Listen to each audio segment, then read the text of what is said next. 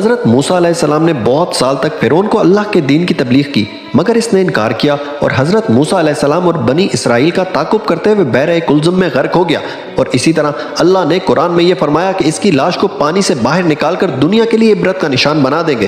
دنیا میں مشہور ہے کہ پانی میں غرق ہونے والا فرعون رمیسس II تھا، مگر حقیقت میں وہ رمیسس II نہیں بلکہ اس کا بیٹا مرنپتا تھا۔ اس بات کی تصدیق ایک فرانسیسی محقق ڈاکٹر مورس نے رمیسس اور اس کے بیٹے کی ممیز پر تحقیق کے بعد کی ہے۔ ان کی تحقیق میں یہ بات واضح طور پر نظر آئی کہ رمیسس II کی موت بڑھاپے میں ہونے والی بیماری کی وجہ سے ہوئی، نہ کہ پانی میں غرق ہونے کی وجہ سے۔ اسی طرح دوران تحقیق مرنپتا کی ممی سے یہ بات ثابت ہوئی کہ اس کے جسم پر بحری نمک کی باقیات ملی ہیں اور ساتھ ہی اس کے سر کے پیچھے ایک زخم کا نشان بھی ملا ہے، جو اس بات کی دلیل ہے کہ وہی پانی میں غرق ہونے والا فرعون تھا۔ ڈاکٹر مورس کی اس تحقیق کے بعد جب انہیں پتہ چلا کہ ہو بہو یہی چیز قرآن میں اللہ نے 1400 سال پہلے بتا دی تھی، تو انہوں نے اسلام قبول کر لیا۔